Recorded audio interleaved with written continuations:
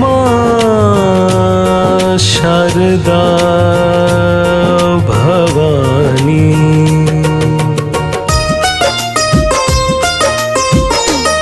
सुन सरस्वती मैया गे माँ, सुन सरस्वती मैया दुख बुझ में तू कहिए। सुन सरस्वती मैया गे माँ, सुन सरस्वती मैया दुख बुझ में तू कहिए। बेटा दर दर भटके छो कि कहिए सुन रे बतहवा गे माँ शारदा।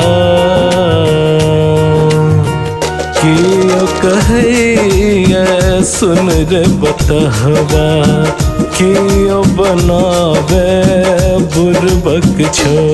सुन सरस्वती मैया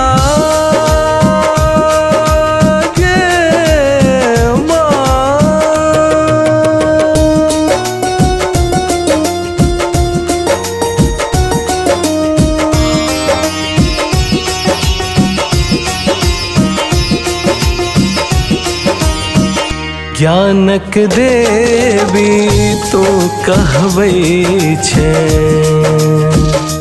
हे माँ वीणा पुस्तक धारिणी माँ, ज्ञानक देवी तो कहबै छे। तैयो हमरा ठुकरेने छे। हे माँ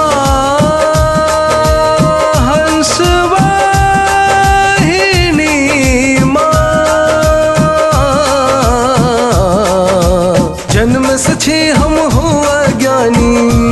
हे माँ शारदे भवानी, जन्म से छी हम हो अज्ञानी। तोरे सास लगेने छे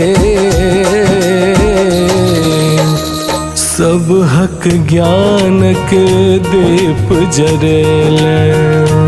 हे माँ शारदा सब हक ज्ञान के दीप जरेले। हमरा बेर किए मुँह मुरले। सुन सरस्वती मैया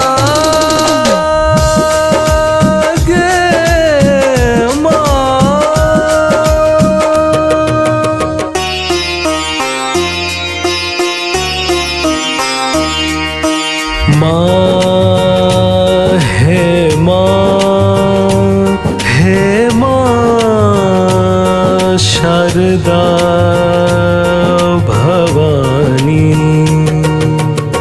वीणा पुस्तक धारिणी मैया।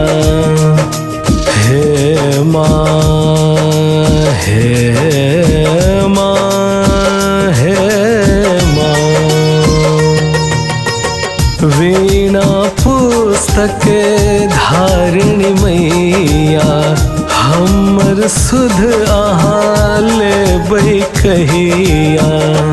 हे माँ हंस वाहिनी माँ, दुनिया से छी हम ठुकरायल माँ। दुनिया से छी हम ठुकरायल, अब अहि के शरण हम आयल छे। ज्ञान बिना ये जीवन धोरा। माँ शारदा ज्ञान बिना ये जीवन धोरा। दाशीष का दे पूरा। सुन सरस्वती मैया गे माँ, सुन सुन सरस्वती मैया दुख बुझ में तो कहिया बेटा दर दर भटके छो कियो कहिए सुन रे बतहवा गे माँ शारदा कियो कहिए सुन रे बतहवा कियो बनावे बुरबक छो सुन सरस्वती मैया